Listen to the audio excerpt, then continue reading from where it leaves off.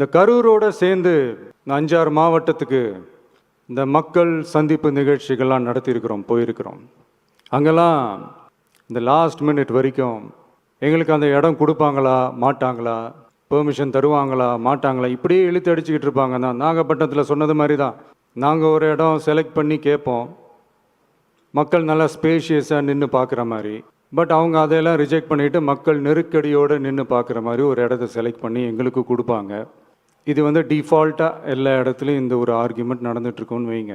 அது மட்டும் இல்லை, இந்தியாவிலேயே எந்த ஒரு அரசியல் கட்சி தலைவருக்கும் கொடுக்கப்படாத கண்டிஷன்ஸ், பஸ்ஸுக்குள்ளேயே இருந்து பார்க்கணும், மேலே வந்து கை காட்டக்கூடாது, இப்படிலாம் ஒரு அதீத கட்டுப்பாடுகளை கொடுத்த உடனே எங்கள் சைட்லேருந்து ஒரு அறிக்கையும் வெளியிட்டோம். அது மட்டும் இல்லை, தமிழக வெற்றி கழகம் சார்பாக அனைத்து கட்சிகளுக்கும் சமமாக ஒரு முறையான ஒரு பொது வழிகாட்டு முறைகள், எஸ்ஓபிஸ்ன்னு சொல்லுவாங்க, அதையும் வழங்கணும்னு சொல்லி உயர்நீதிமன்றத்தையும் நாடி இருக்கணும். இதுவும் தமிழக மக்கள் உணராமலாக இருப்பாங்க.